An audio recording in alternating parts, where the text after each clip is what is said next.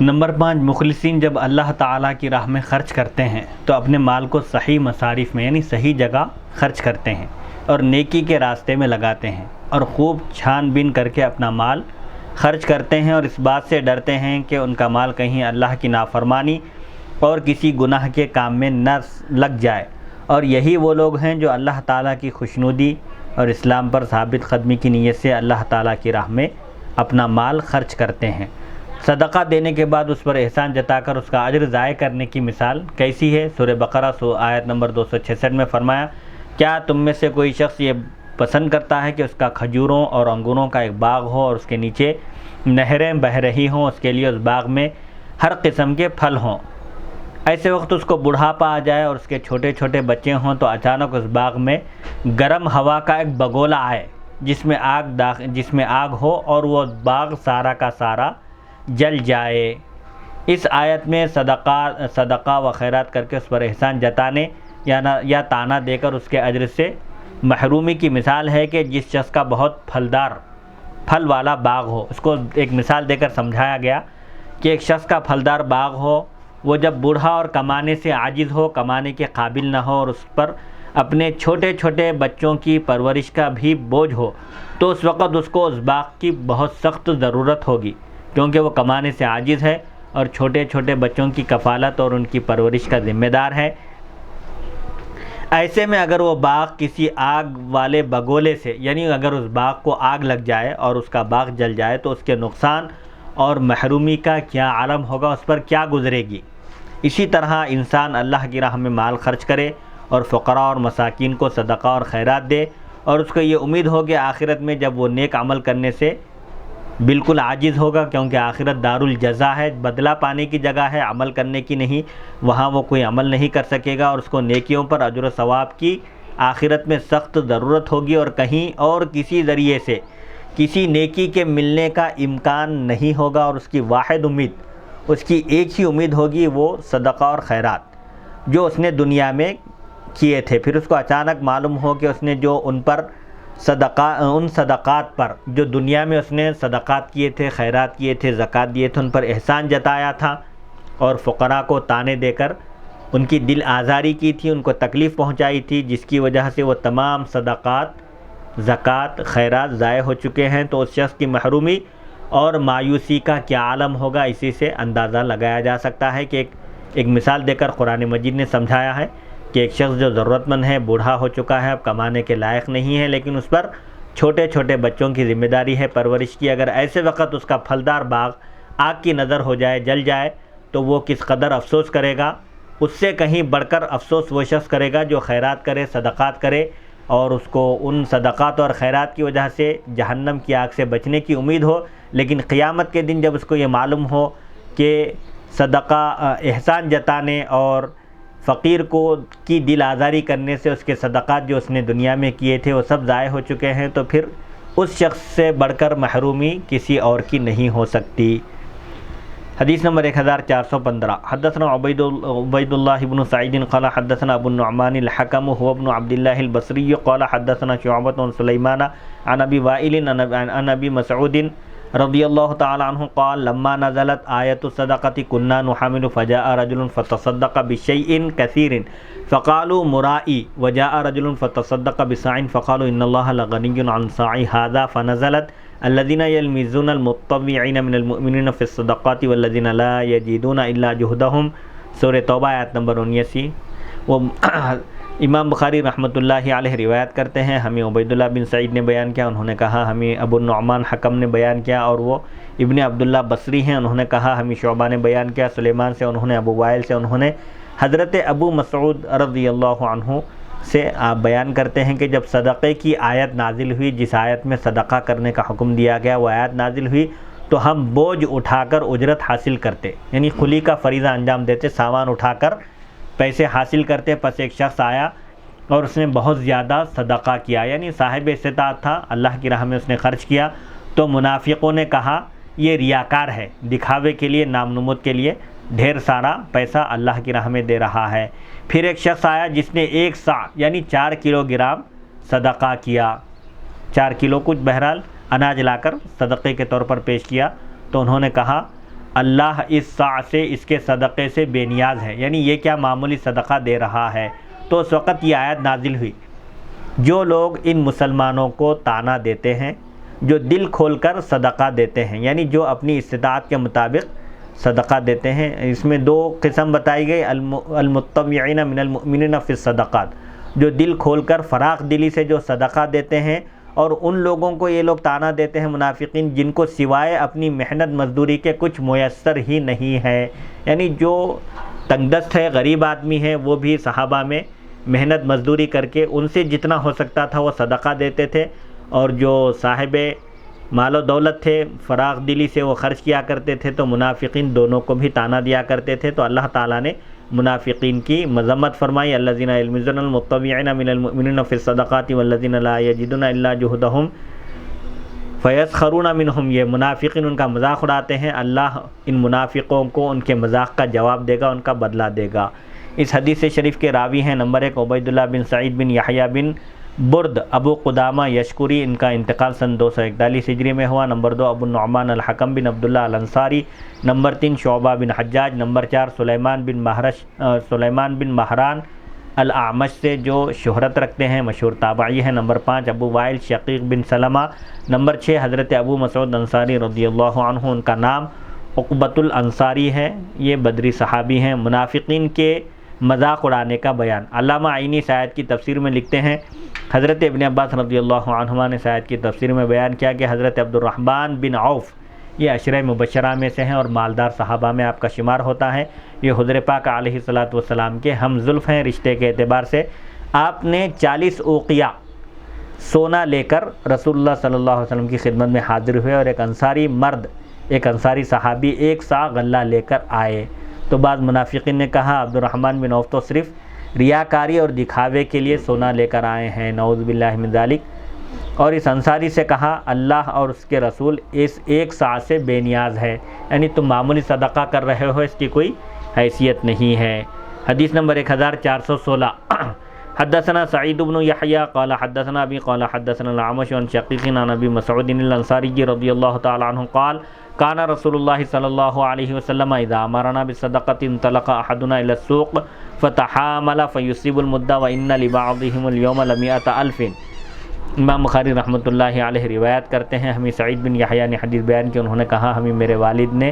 بیان کیا، انہوں نے کہا ہمیں اعمش نے بیان کیا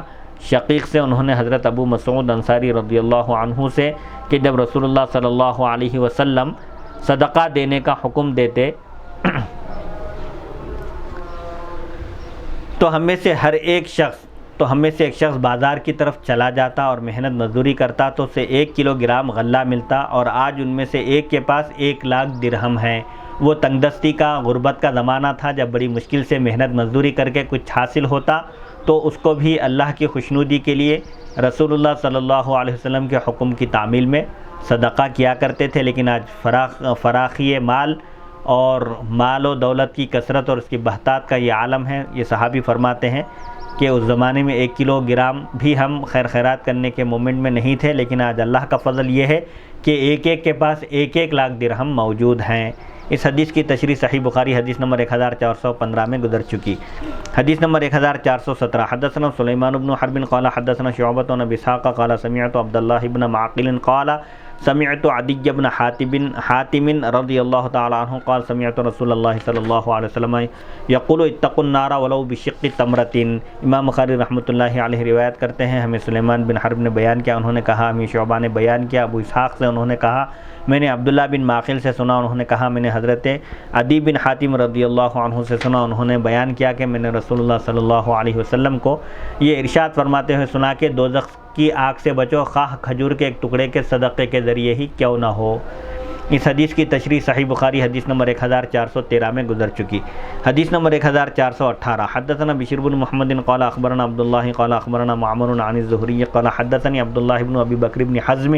عن عروة عائشة رضي الله تعالى عنها قالت دخلت امرأة معها ابنتان لها تسأل فلم تجد عندي شيئا غير تمرة فأعطيتها إياها فقسمتها بين ابنتيها ولم تأكل منها ثم قامت فخرجت فدخل النبي صلى الله عليه وسلم علينا فأخبرته فقال من ابتلي من هذه البنات بشيء كن له سترا من النار۔ امام بخاری رحمۃ اللہ علیہ روایت کرتے ہیں، ہمیں بشر بن محمد نے بیان کیا، انہوں نے کہا ہمیں عبداللہ نے خبر دی، انہوں نے کہا ہمیں معمر نے خبر دی زہری سے، انہوں نے کہا مجھے عبداللہ بن ابی بکر بن حزم نے خبر دی عروہ سے، انہوں نے حضرت عائشہ صدیقہ رضی اللہ عنہا سے روایت کی، انہوں نے بیان کیا کہ ایک عورت میرے پاس آئی، ایک خاتون آئی جس کے ساتھ اس کی 2 بیٹیاں تھیں، اس نے کچھ مانگا، پوچھا، بس میرے پاس ایک کھجور کے سوا کوئی چیز گھر میں بھی موجود نہیں تھی کھانے کے لیے، بس میں نے وہ کھجور ہی اس کو دے دیا۔ اس عورت نے اس کھجور کو اپنی 2 بیٹیوں کے درمیان آدھا آدھا تقسیم کر دیا اور خود اس میں سے کچھ نہیں کھایا، پھر وہ اٹھ کر چلی گئی۔ پھر نبی کریم صلی اللہ علیہ وسلم ہمارے پاس تشریف لائے، پس میں نے آپ کو اس واقعے کی اطلاع دی، خبر دی، تو آپ نے فرمایا جو کوئی بیٹیوں کی کفالت میں مبتلا کیا جاتا ہے وہ اس کے لیے دوزخ کی آگ سے حجاب بن جاتی ہیں، یعنی جس کسی کو بیٹیوں کی پرورش سے آزمایا جائے تو وہ بیٹیاں اس کے لیے زحمت نہیں رحمت ہوتی ہیں، قیامت کے دن اس کے لیے دوزخ کی آگ سے آڑ بن جاتی ہیں، اس کی دوزخ کی آگ سے حفاظت کرتی ہیں۔ بیٹیوں کی پرورش کو بوجھ نہ سمجھے۔ اس حدیث شریف سے معلوم ہوتا ہے کہ بیٹیوں کی پرورش میں جو مشکلات پیش آتی ہیں اللہ تعالیٰ ان کا اجر و ثواب بندے کو عطا فرماتا ہے۔ جو کوئی لڑکیوں کی پرورش کرے اور ان کی صحیح اچھی نگہداشت کرے، اچھی تربیت کرے اور مناسب رشتہ دے کر ان کی شادی کر دے تو اس کے لیے بھی بڑے اجر و ثواب کی بات بیان کی گئی ہے حدیث شریف میں۔ اور اس حدیث میں تو ہے کہ وہ لڑکیاں جن کی آزمائش سے وہ گزرے، جن کی صحیح تربیت کر کے، تو وہ لڑکیاں اس کے لیے دوزخ سے بچاؤ کا ذریعہ ہوں گے۔ لڑکیاں زحمت نہیں ہیں بلکہ اللہ کی طرف سے رحمت ہیں، ان کی اچھی نگہداشت کرنا چاہیے، ان کی اچھی تربیت کرنی چاہیے اور ان کے اوپر نرینہ اولاد کو، مرد بچوں کو ترجیح نہیں دینی چاہیے بلکہ لڑکیوں کے ساتھ بھی اچھا سلوک کرنا چاہیے۔ عام طور پر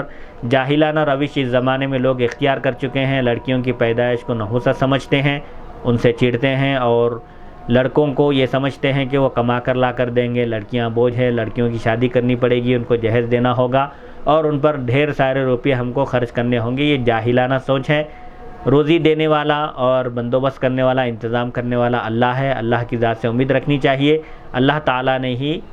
کائنات کو بنایا ہے، وہی انسانوں کا خالق اور مالک ہے، اسی نے روزی روٹی بھی تقسیم کر دی ہے، کوئی کسی پر بوجھ نہیں ہے۔ اللہ تعالیٰ کی اس نعمت کو غنیمت سمجھنا چاہیے، لڑکیوں کو بوجھ نہیں سمجھنا چاہیے، ان کی پیدائش پر خوش ہونا چاہیے، ان کی پیدائش پر غمگین ہونا، مایوسی کا اظہار کرنا یہ دور جاہلیت کے کفار اور مشرکوں کا طریقہ تھا۔ اس حدیث کی باب کے عنوان کے ساتھ مطابقت اس جملے میں ہے، اس عورت نے کھجور کے 2 ٹکڑے کیے اور ان کو اپنی بیٹیوں میں تقسیم کر دیا۔ یہ عورت کی محبت، ماں کی محبت اور شفقت معلوم ہوتی ہے کہ اپنی اولاد کی خاطر وہ کسی کے آگے ہاتھ پھیلانے کی ضرورت پڑے تو وہ ہاتھ بھی پھیلا سکتی ہے، اور اپنی لڑکیوں کو اس خاتون نے ایک کھجور دونوں کو تقسیم کیا اور خود بھوکی رہی، اپنی ذات پر، اپنے نفس پر اپنی لڑکیوں کو ترجیح دی اور ان کے کھانے پینے کی فکر کی۔ تو اس سے معلوم ہوتا ہے کہ لڑکیوں کی پیدائش کو بوجھ نہیں سمجھنا چاہیے، نحوست نہیں سمجھنا چاہیے۔ اللہ تعالیٰ ان کی برکت سے کبھی مال و دولت سے سرفراز بھی فرماتا ہے۔ اللہ تعالیٰ کارساز ہے، کام بنانے والا ہے اور وہی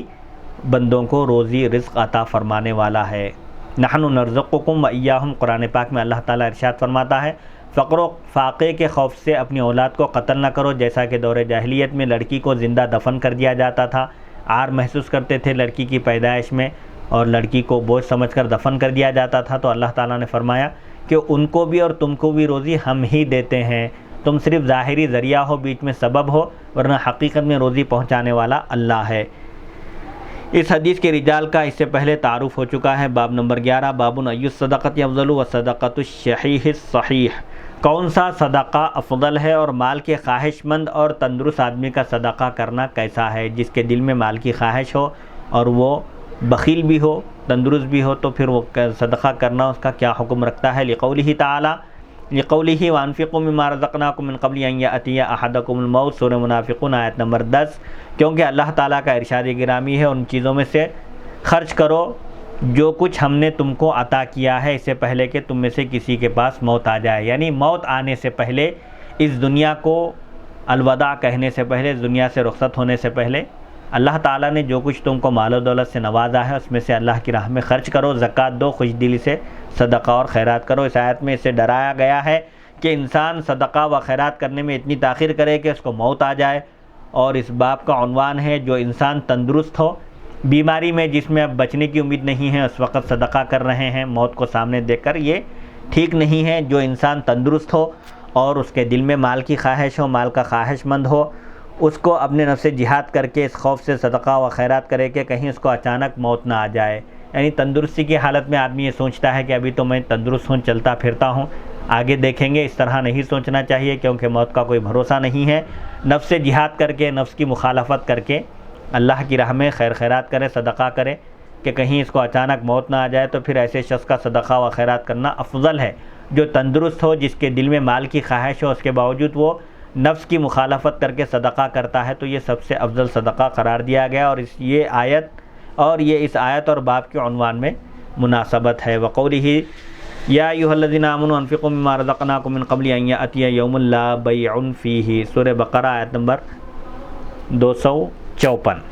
اور اللہ تعالیٰ کا ارشاد گرامی ہے، ایمان والو جو کچھ ہم نے تم کو عطا کیا ہے اس میں سے خرچ کرو، اس سے پہلے کہ وہ دن آ جائے جس میں کوئی خرید و فروخت نہیں ہوگی۔ قیامت کے آنے سے پہلے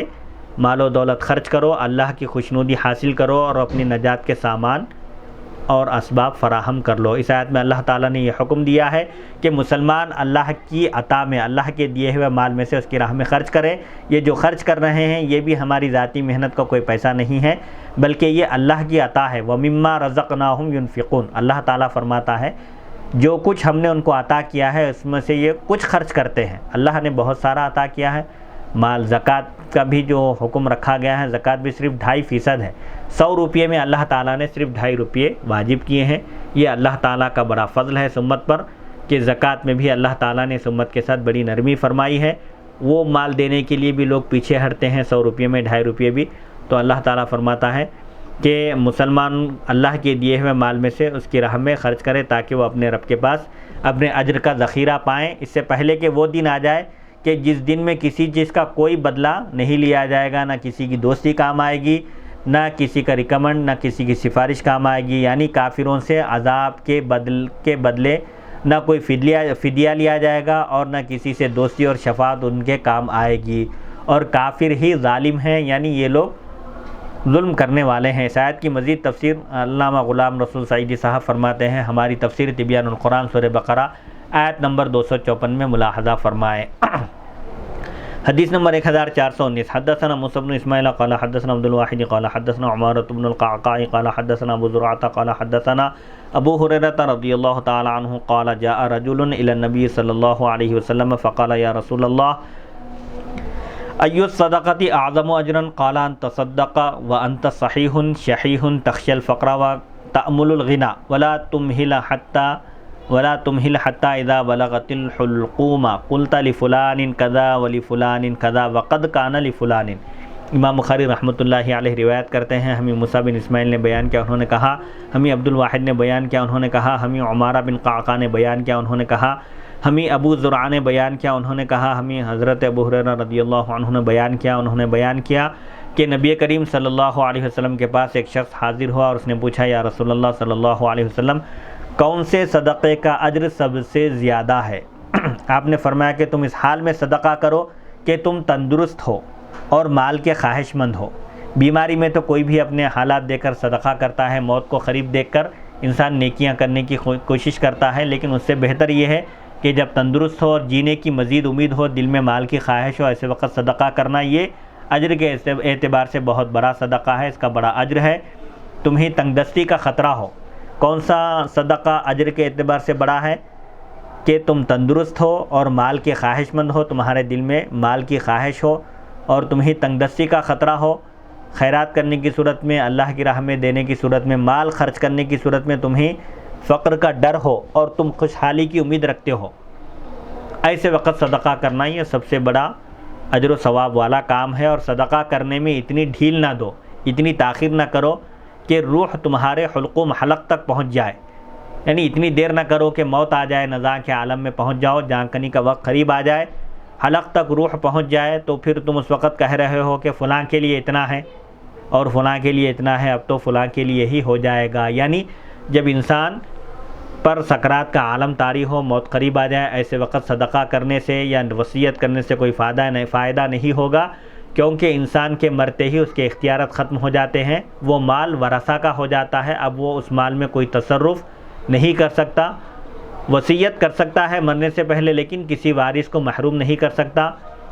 اگر کسی وارث کو محروم کرنے کی نیت سے کوئی وصیت کرے تو اللہ تعالیٰ اس کو جنت کی وراثت سے محروم کر دے گا، اور وصیت بھی غیر وارث کے حق میں کرنے کی اجازت ہے، وہ بھی 1/3 سے کم۔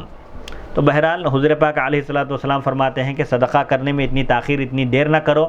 کہ روح حلق تک پہنچ جائے، اس وقت تم یہ منظر دیکھ کر کہو گے کہ فلاں شخص کو اتنا دیا جائے، فلاں شخص کو اتنا دیا جائے۔ یہ سب اب کچھ ہونے والا نہیں ہے، اب ورثہ کا حق متعین ہو چکا ہے، اب شرعی اعتبار سے جس کا جو حصہ بنے گا اس کے مال میں اس کو وہ حصہ ملے گا۔ اس حدیث شریف کے راوی ہیں نمبر 1 موسیٰ بن اسماعیل ابو سلمہ ان کی کنیت ہے، منقری ہیں یہ۔ نمبر 2 عبد الواحد بن زیاد ان کی کنیت ابو بشر ہے۔ نمبر 3 عمارہ بن قعقاع ابن شبرمہ۔ نمبر 4 ابو زرعہ ان کا نام حرم ہے، اور عبد الرحمن اور عمر کے بھی اقوال ہیں، یعنی ان کے نام کے بارے میں اختلاف ہے، بعض نے حرم کہا اور بعض نے عبد الرحمن اور بعض محدثین نے عمر کہا۔ نمبر 5 حضرت ابو ہریرہ رضی اللہ تعالی عنہ۔ اس حدیث کی باب کے عنوان کے ساتھ مطابقت اس جملے میں ہے، تم اس حال میں صدقہ کرو کہ تم تندرست ہو، صحت مند ہو اور مال کے خواہش مند ہو، سو اس حال میں صدقہ کرنے کا زیادہ اجر و ثواب ہے، اور یہی صدقہ دوسرے صدقات سے بہتر اور افضل ہے۔ افضل صدقے کا مصداق اور صحت اور مال کی خواہش کے وقت صدقہ کرنے کی فضیلت کی توجیہ، یعنی آدمی تندرست ہو، دل میں مال کی خواہش ہو، اور مال خرچ کرنے سے فقر و فاقے کا،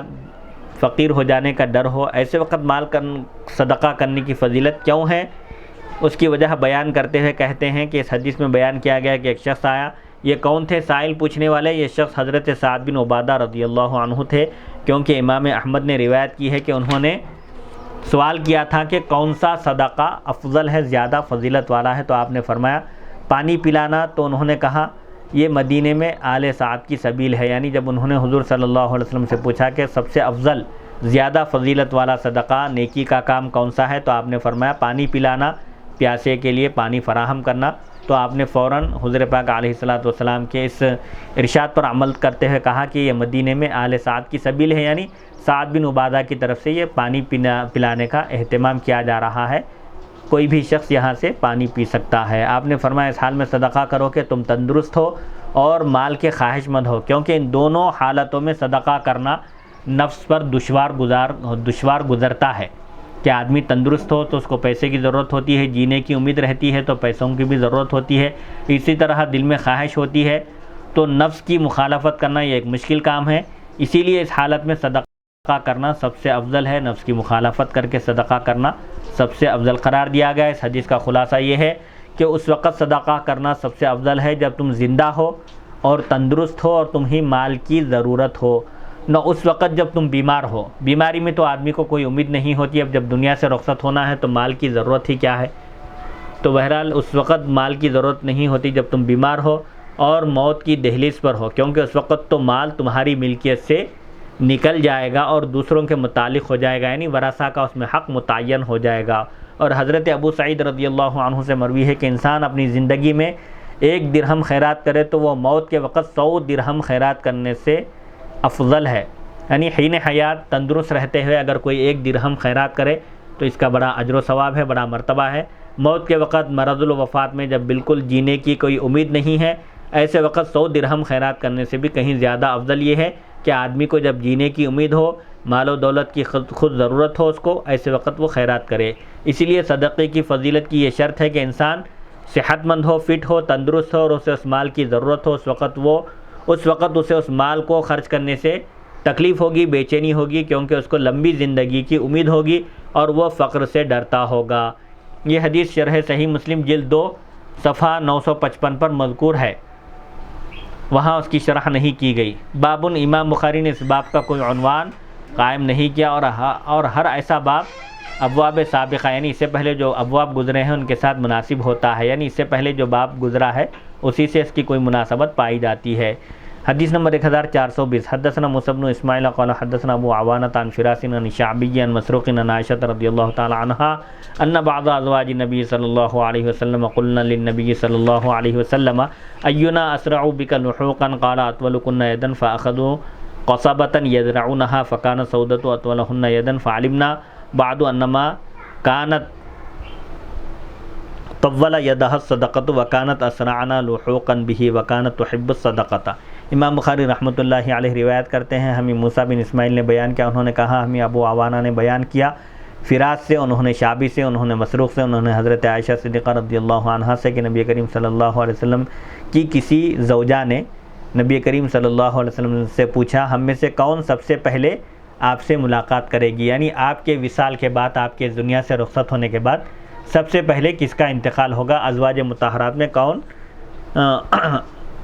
آپ کے پاس پہنچیں گی؟ تو آپ صلی اللہ علیہ وسلم نے فرمایا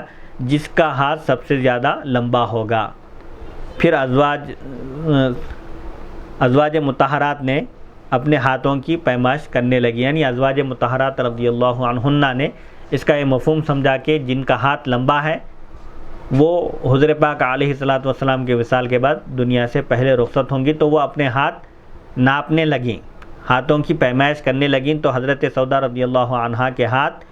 ازواج مطہرات میں سب سے لمبے تھے۔ ظاہری معنی انہوں نے سمجھا۔ پھر ہمیں بعد میں معلوم ہوا کہ لمبے ہاتھوں سے مراد صدقہ کرنے والے مراد تھے، یعنی جو زیادہ صدقہ کرنے والی تھیں ازواج مطہرات میں ان کا حضور پاک علیہ الصلوۃ والسلام کے بعد پہلے انتقال ہوگا، اور وہ سب سے پہلے آپ سے پہلے واصل ہوئی تھی اور وہ صدقہ کرنے سے محبت کرتی تھی، یعنی ازواج مطہرات میں جو سب سے زیادہ صدقہ کرنے والی تھیں ان کا حضور پاک علیہ الصلوۃ والسلام کے بعد پہلے وصال ہوا۔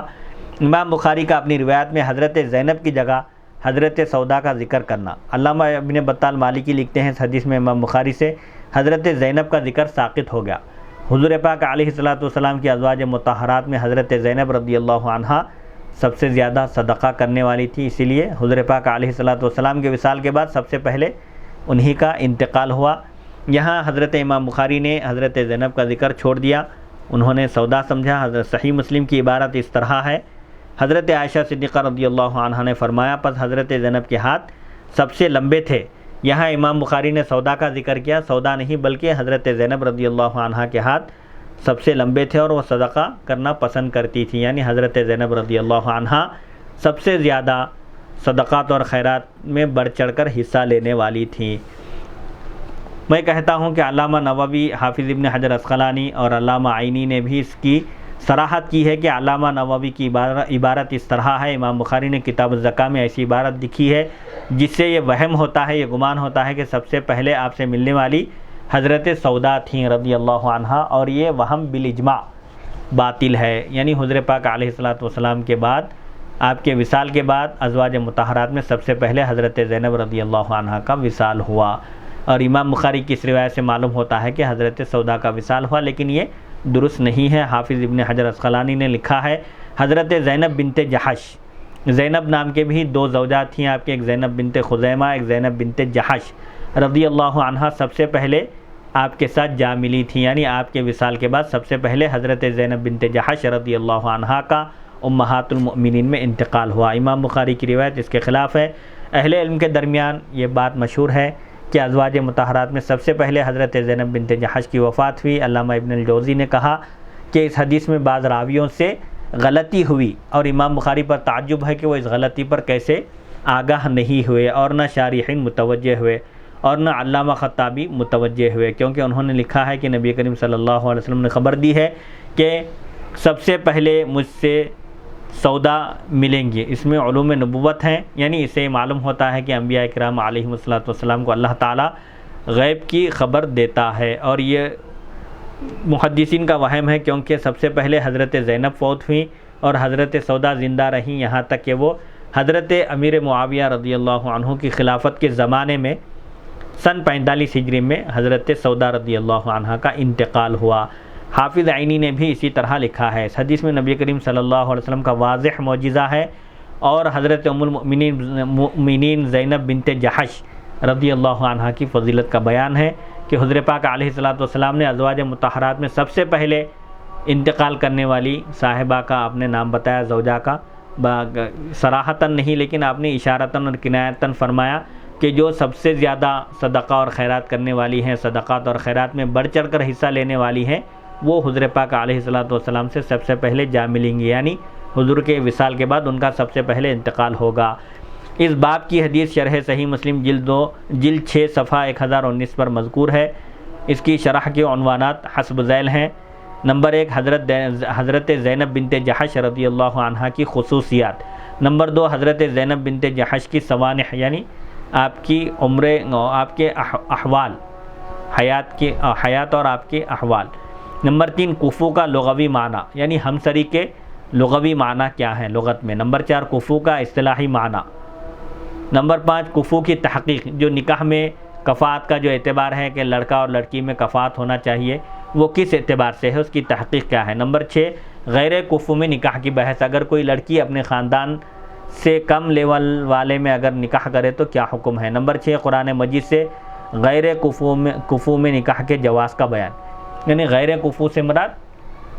حسب نسب نہیں بلکہ دینداری کے اعتبار سے کفاءت کا اعتبار کیا جائے گا۔ قرآن مجید سے غیر کفو میں نکاح کے جواز کا بیان ثابت ہے۔ نمبر 8 جمہور فقہا، یعنی اکثر فقہا کے پاس عام مخصوص عنہ البعض کا حجت ہونا، یعنی کوئی حکم عام ہو، یہ اصول فقہ کی ایک اصطلاح ہے، عام خص عنہ البعض، یعنی عام ہے لیکن اس میں سے بعض احکام کو خاص کیا گیا، یہ دلیل بن سکتی ہے۔ نمبر 9 احل لکم ما وراء ذالکم میں ما کا عموم، والمحصنات من النساء الا ما ملکت ایمانکم، اس کے بعد جو فرمایا گیا وہ احل لکم ما وراء ذالکم میں جو لفظ ما آیا ہے، یہ اصول فقہ کے قاعدے کے اعتبار سے لفظ ما عمومیت کو پر دلالت کرتا ہے، یعنی اس سے ہٹ کر جو بھی ہے 14 جو رشتے بیان کیے گئے ہیں نسبی اور سببی، ان سے ہٹ کر جو بھی رشتے ہیں وہ سب تمہارے لیے حلال ہیں۔ نمبر 10 احل لکم ما وراء ذالکم کے عموم سے فقہا کا استدلال کرنا۔ نمبر 11 فانکحوا ما طاب لکم من النساء میں ما کے عموم سے فقہا کا استدلال، لفظ ما عام ہے، فانکحوا تم نکاح کرو جو تمہیں عورتیں پسند ہو، لیکن تعداد 4 تک ہے، 4 تک نکاح کرنے کی اجازت ہے، اس سے زیادہ کی اجازت نہیں ہے۔ نمبر 12 وانکحوا الایام منکم، اور تم نکاح کراؤ تم میں سے جو بے شوہر والی عورتیں ہیں، یعنی اگر کسی عورت کے شوہر کا انتقال ہو جائے، کوئی عورت بیوہ ہو یا مطلقہ ہو یا مختلیہ ہو یا کسی وجہ سے اس کا رشتہ ختم ہو جائے، تو ایسی عورتوں کو خالی نہ رکھو، انہیں عدت ختم ہونے کے بعد مناسب رشتہ دیکھ کر ان کی شادی کر دو۔ سورہ نور کی آیت ہے۔ وَأَنْكِحُوا الْأَيَامَ مِنْكُمْ سے غیر کفو میں نکاح کے جواز پر استدلال۔ وَأَنْكِحُوا الْأَيَامَ مِنْكُمْ سے معلوم ہوتا ہے کہ کفاء سے مراد دینداری ہے، حسب نسب نہیں ہے۔ نمبر 13 غیر کفو میں نکاح کا جواز، یعنی اگر غیر کفاءت میں اگر نکاح ہوتا ہے تو یہ درست ہے، جائز ہے، سادات کرام کی تعظیم و تکریم کے یہ منافی نہیں ہے۔ نمبر 14 وَلَا جُنَاحَ عَلَيْكُمْ أَن تَنْكِحُوهُنَّ، اور تم پر کوئی گناہ نہیں ہے کہ تم ان سے نکاح کرو۔ اس آیت سے بھی غیر کفو میں نکاح کرنا جائز ہے، یہ معلوم ہوتا ہے۔ غیر کفو میں نکاح کے جواز پر دلیل۔ نمبر 15 آیت تحلیل، یعنی جس آیت میں نکاح کرنے کی حلت بیان کی گئی، 14 رشتوں کو چھوڑ کر، سببی اور نسبی رشتوں کو چھوڑ کر جو حلت بیان کی گئی کہ عورت محرمات میں سے نہ ہو، آیت تحلیل سے غیر کفو میں نکاح کے جواز پر استدلال، اس آیت سے بھی غیر کفو میں نکاح کرنا جائز معلوم ہوتا ہے۔ نمبر 16 ان اکرمکم عند اللہ اتقاکم سے غیر کفو میں نکاح کے جواز پر استدلال، یعنی سب سے بزرگ و برتر تم میں وہ شخص ہے اللہ کے پاس جو اس سے سب سے زیادہ ڈرنے والا ہو، تمام لوگوں میں جو سب سے زیادہ متقی پرہیزگار ہو وہ اللہ کے نزدیک معزز اور مکرم ہے۔ اس سے بھی معلوم ہوتا ہے کہ کفاءت دینداری کے اعتبار سے ہے، حسب نسب کے اعتبار سے نہیں۔ نمبر 17 استدلال مذکور، اس دلیل پر ایک اعتراض کا جواب، اس دلیل پر جو اعتراض وارد ہو سکتا ہے اس کا وہاں جواب بھی دیا گیا۔ نمبر 18 وما کان لمؤمن ولا مؤمنۃ سے غیر کفو میں نکاح کے جواز پر استدلال۔ سورہ احزاب میں اللہ تعالیٰ کا ارشاد ہے وما کان لمؤمن ولا مؤمنۃ اذا قضى الله ورسوله امرا ان يكون لهم الخيرة من امرهم، یعنی کسی مومن مرد اور کسی مومن عورت کے لیے یہ مناسب نہیں ہے کہ جب اللہ اور اس کے رسول کسی امر کا، کسی معاملے کا قطعی فیصلہ کر دیں تو اب ان کو اس کو ریجیکٹ کرنے کا، رد کرنے کا کوئی اختیار نہیں ہے۔ حضرت زینب بنت جحش رضی اللہ عنہا حسب نسب کے اعتبار سے آپ قریشی تھیں، خاندان قریش سے آپ کا تعلق تھا، تو آپ کا نکاح زید بن حارثہ رضی اللہ عنہ سے کر دیا گیا تھا، جو حسب نسب کے اعتبار سے آپ کے ہم پلہ، آپ کے برابر نہیں تھے، تو ان کے بارے میں یہ آیت نازل ہوئی ہے۔ بعد میں نباہ نہیں ہو سکا تو پھر حضور پاک علیہ الصلوۃ والسلام نے حضرت زید بن حارثہ رضی اللہ عنہ سے ان کا نکاح، ان کا رشتہ ختم کر دیا۔ پھر اللہ تعالیٰ نے حضرت زینب بنت جحش رضی اللہ عنہا کو آپ کے نکاح میں دے دیا۔ نمبر 19، وَالْعَبْدُ مُؤْمِنٌ خَيْرٌ مِّن مُشْرِكٍ سے غیر کفو میں نکاح کے جواز کا جزئیہ، یعنی مومن بندہ مشرک سے بہتر ہے، یعنی کسی مشرک سے نکاح کرنے سے بہتر یہ ہے کہ اگر کوئی غلام بھی ہے لیکن ایمان کی دولت سے مالا مال ہے تو اس کو ترجیح دینا چاہیے۔ اس سے بھی غیر کفو میں نکاح کا جواز معلوم ہوتا ہے کہ غیر کفو میں نکاح کیا جا سکتا ہے۔ حسب نسب میں برابر ہونا ضروری نہیں ہے، دینداری میں، تقوی و پرہیزگاری میں برابر ہو۔ نمبر 20، أَفَنَجْعَلُ الْمُسْلِمِينَ كَالْمُجْرِمِينَ کیا ہم مسلمانوں کو مجرموں کی طرح قرار دیں گے، بنا دیں گے؟ سے بھی غیر کفو میں نکاح کے جواز پر استدلال۔ نمبر 21، وَلِلَّهِ الْعِزَّةُ وَلِرَسُولِهِ وَلِلْمُؤْمِنِينَ اور اللہ ہی کے لیے اور اس کے رسول اور مومنوں کے لیے عزت ہے، غلبہ ہے، شان و شوکت ہے۔ اس آیت سے بھی غیر کفو میں نکاح کے جواز پر استدلال، یعنی اس آیت سے بھی معلوم ہوتا ہے کہ غیر کفو میں یعنی لڑکے اور لڑکی کا حسب نسب ہمسری ہونا ضروری نہیں ہے نسبی اعتبار سے، اس آیت سے وہ معلوم ہوتی ہے یہ بات۔ نمبر 22، عہد رسالت میں حضور پاک علیہ الصلوۃ والسلام کے زمانے میں غیر کفو میں کیے ہوئے نکاحوں میں سے چند نکاحوں کا بیان۔ نمبر 23، غیر کفو میں کیے ہوئے نکاحوں کی ایک توجیہ کا جواب۔ نمبر 24، اسلام میں ذات پات کا امتیاز نہ کرنے پر احادیث، یعنی ذات پات کا کوئی اعتبار نہیں ہے اسلام میں، فضیلت اور بزرگی اور برتری تقوی سے ہے۔ حضرت پاک علیہ الصلوۃ والسلام نے ارشاد فرمایا کہ کسی عربی کو، کسی عجمی پر، کسی گورے کو، کسی کالے پر کوئی فضیلت حاصل نہیں ہے مگر تقوی کے ذریعے، یعنی کوئی عجمی ہو لیکن عربی سے زیادہ اگر متقی پرہیزگار ہو تو عرب ہونے کی فضیلت تو اس کو حاصل رہے گی، لیکن اللہ کے پاس عجمی شخص ہی اس سے زیادہ بزرگ اور فضیلت والا ہوگا۔ یعنی فضیلت کا معیار حسب نسب، علاقہ، قومیت نہیں ہے، بلکہ فضیلت کا معیار اللہ کے پاس تقوی و پرہیزگاری ہے۔ نمبر 25، اسلام اور اچھے اخلاق کی بنا پر رشتہ دینے کا حکم، عام ازیں کے کفو ہو یا غیر کفو، یعنی ابو داؤد کی روایت ہے کہ جس کے اخلاق اور دینداری سے تم راضی ہو اس سے اپنی لڑکی کا رشتہ کر دو۔ اس حدیث شریف سے بھی یہ معلوم ہوتا ہے کہ کفو ہو یا غیر کفو، اگر لڑکا دیندار ہو، مذہب کا پابند ہو، شرعی اعتبار سے وہ شریعت کا پابند ہو اور دینداری والا ہو، تقوی و پرہیزگاری والا ہو، تو اس کو رد نہیں کرنا چاہیے۔ نمبر 26، سیدات کا غیر فاطمیوں کے ساتھ نکاح کا بیان، یعنی جو سادات لڑکیاں ہیں ان کا غیر سادات سے نکاح ہو سکتا ہے۔ نمبر 27، حضرت سیدہ ام کلثوم کے حضرت عمر سے نکاح کا بیان، حضرت سیدہ ام کلثوم رضی اللہ عنہا حضرت علی رضی اللہ عنہ کی صاحبزادی سے حضرت عمر نے نکاح فرمایا، حالانکہ آپ کو نکاح کی ضرورت نہیں تھی، لیکن نکاح کا مقصد یہ تھا کہ حضور پاک علیہ الصلوۃ والسلام نے ارشاد فرمایا کہ قیامت کے دن ہر نسب اور سبب ختم ہو جائے گا، منقطع ہو جائے گا سوائے میرے نسب اور سبب کے۔ تو حضور پاک علیہ الصلوۃ والسلام سے رشتے کو برقرار رکھنے کے لیے آپ نے، اس فضیلت کو حاصل کرنے کے لیے آپ نے حضرت سیدہ ام کلثوم رضی اللہ عنہا سے نکاح فرمایا۔ حضرت سیدہ فاطمہ بنت حسین اور حضرت سیدہ سکینہ بنت حسین کے غیر فاطمی جوانوں سے نکاح کا بیان، یعنی سیدنا امام علی مقام امام حسین رضی اللہ عنہ کی دو صاحبزادیوں کا نکاح غیر فاطمی نوجوانوں سے کیا گیا، یعنی وہ غیر سادات تھے۔ نمبر 29، حسن مثنیٰ، حضرت سیدنا امام حسن رضی اللہ عنہ کے صاحبزادے حسن مثنیٰ کی صاحبزادیوں کے نکاحوں کا بیان۔ نمبر 30، سیدات کے غیر کفو میں کیے ہوئے نکاحوں کی توجیہ کا بیان۔ نمبر 31، نکاح کی وجہ سے عورت کی تذلیل کی تحقیق، نکاح کی وجہ سے عورت ذلیل نہیں ہوتی بلکہ اس کو سعادت، اس کو شرف حاصل ہوتا ہے۔ نمبر 32، غیر کفو میں نکاح کے انعقاد کے لیے صرف ولی اقرب کا راضی ہونا کافی ہے۔ غیر کفو میں اگر لڑکی نکاح کر رہی ہے تو وہ نکاح کب ہوگا؟ جبکہ ولی اقرب، لڑکی کا جو ولی اقرب ہے، والد ہے جیسے، وہ راضی ہو جائیں تو کافی ہے۔ نمبر 33، اعتبار کفو کی روایت کی فنی حیثیت، جن روایات میں کفو کو ترجیح دی گئی یعنی کفو کا اعتبار کرنے کا حکم دیا گیا ہے، ان فنی اعتبار سے، یعنی حدیث شریف کے جو فن ہے، صحیح حدیث، حسن، ضعیف، وغیرہ اس اعتبار سے محدثین کے بنائے ہوئے اصولوں کے اعتبار سے اس فن میں ان احادیث کا کیا مقام ہے۔ نمبر 34 تحریم کا مدار، یعنی حرمت کا مدار اس دلیل پر ہے جو قطعی الثبوت اور قطعی الدلالہ ہوں، یعنی جو صاف طور پر واضح طور پر ثابت ہوں اور جن کی دلالت یعنی جن سے صاف طور پر احکام معلوم ہوتے ہوں۔ نمبر 35 غیر کفو میں نکاح، غیر کفو میں نکاح غیر کفو میں مذاہب اربعہ، غیر کفو میں نکاح کے بارے میں فقہاء کرام کے نظریات کیا ہیں، خاص طور پر فقہاء اربعہ۔ نمبر 36 ہاشمیہ کا غیر ہاشمی سے نکاح کا جزئیہ، یعنی جو ہاشمی ہو لڑکی اس کا غیر ہاشمی سے نکاح کا کیا حکم ہے۔ نمبر 37 نکاح غیر کفو اور حلالہ کا جزئیہ، یعنی غیر کفو میں نکاح کرنے کے جو احکام ہیں فقہا کے پاس ان کا بھی ایک عنوان قائم کیا گیا ہے۔ نمبر 38 نکاح غیر کفو اور علامہ ابن حمام اس سلسلے میں کیا فرماتے ہیں کہ غیر کفو میں اگر نکاح کیا جائے تو فقہا کے پاس اس کا کیا حکم ہے۔ نمبر 39 نکاح غیر کفو میں مصنف کا موقف اور حرف آخر،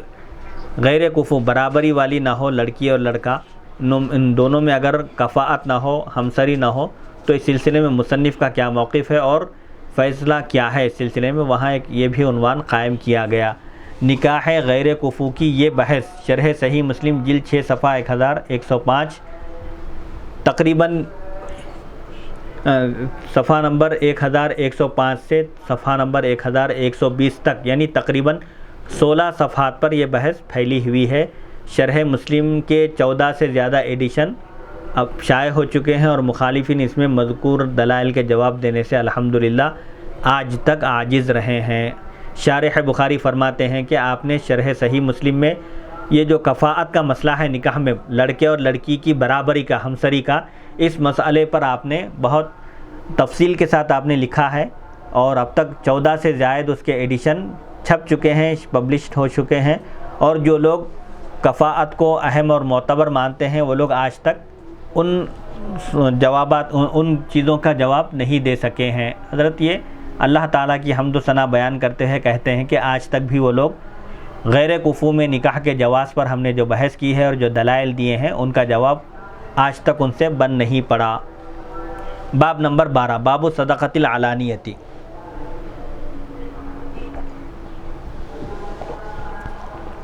دکھا کر صدقہ کرنے کا بیان۔ امام بخاری نے اس عنوان کے ثبوت میں کوئی حدیث روایت نہیں کی، صرف درج ذیل آیت پیش کرنے پر اکتفا کیا۔ قرآن مجید کی ایک آیت پیش کی، وقولہ عز وجل الذین ينفقون اموالهم باللیل والنہار سرا وعلانیۃ فلہم اجرہم عند ربہم ولا خوف علیہم ولا هم یحزنون، سورہ بقرہ آیت نمبر 274۔ اور اللہ تعالیٰ کا ارشاد ہے جو لوگ رات اور دن خفیہ اور علانیہ دکھا کر اور چھپا کر اپنے مالوں کو خرچ کرتے ہیں تو ان کے رب کے پاس ان کے لیے اجر ہے، نہ ان پر کوئی خوف ہوگا اور نہ وہ غمگین ہوں گے۔ حافظ ابن حجر اسقلانی لکھتے ہیں امام بخاری نے اس عنوان کے تحت صرف آیت لکھ کر یہ اشارہ کیا ہے کہ اس مسئلے میں ان کی شرط کے مطابق کوئی حدیث نہیں ہے۔ حافظ عینی لکھتے ہیں یہ بات علانیہ صدقہ کرنے کے ذکر میں ہے، امام بخاری نے اس باب میں کوئی حدیث ذکر نہیں کی کیونکہ ظاہر یہ ہے کہ ان کو اپنی شرط کے مطابق اس موضوع کی کوئی حدیث، اس عنوان کی کوئی حدیث نہیں ملی، اسی لیے انہوں نے اس آیت پر اکتفا کیا، قناعت کیا۔ جو صدقہ فرض ہو اس کو علانیہ اور دکھا کر دینا افضل ہے، جیسے زکوٰۃ ہے، کوئی صاحب نصاب ہے، زکوٰۃ اگر دکھا کر دے افضل ہے، اور جو صدقہ نفل ہو، جو واجب نہ ہو، فرض نہ ہو، اس کو چھپا کر دینا افضل ہے، اور جائز دونوں طرح ہے، چھپا کر دینا اور دکھا کر دینا۔ دکھا کر دے تو نام نمود اور ریاکاری نہ ہو، اس لیے نہ دے کہ لوگ اس کو سخی داتا کہیں، خوب تقسیم کرنے والا کہیں، اس کی واہ واہ ہو، یہ نہ ہو مقصد۔ اگر یہ نیت ہو تو پھر گناہ ہے، یہ نیت اگر ہو تو ریاکاری کی وجہ سے اس کا عمل ضائع ہو جائے گا، اس کو اجر و ثواب نہیں ملے گا، الٹا وہ اللہ تعالیٰ کی ناراضگی کا مستحق ہوگا۔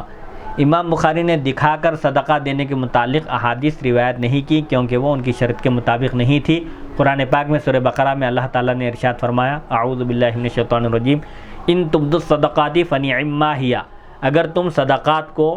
دکھا کر دو، ظاہر کر کے دو تو یہ بہت اچھی بات ہے، وَإِن تُخْفُوهَا،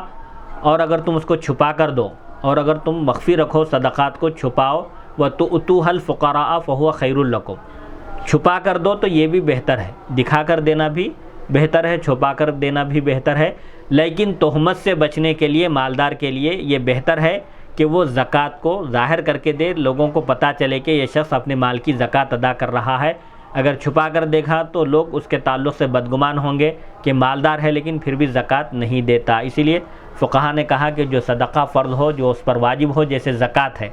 اس کو دکھا کر دینا چاہیے, اور جو چیز واجب نہیں ہے, تطوعاً کر رہا ہے, نفل خیر خیرات ہے, تو اس کو چھپا کر دے. علانیہ صدقے کے ثبوت میں احادیث. حضرت جریر رضی اللہ عنہ بیان کرتے ہیں کہ ایک مرتبہ ہم دن کے ابتدائی حصے میں رسول اللہ صلی اللہ علیہ وسلم کے پاس بیٹھے ہوئے تھے. ناگاہ یعنی اچانک آپ کے پاس لوگوں کی ایک جماعت آئی جو ننگے پیر, ننگے بدن, گلے میں چمڑے کی عبائیں پہنے ہوئے اور تلواریں لٹکائے ہوئے تھے. یعنی پیروں میں ان کے چپل نہیں تھے, ننگے بدن تھے, یعنی صرف سطر ڈھکا ہوا تھا, اور گلے میں چمڑے کی عبائیں یعنی وہ لباس چادریں ڈالے ہوئے تھے, اور تلواریں اپنے کندھوں سے لٹکائے ہوئے تھے. ان میں سے اکثر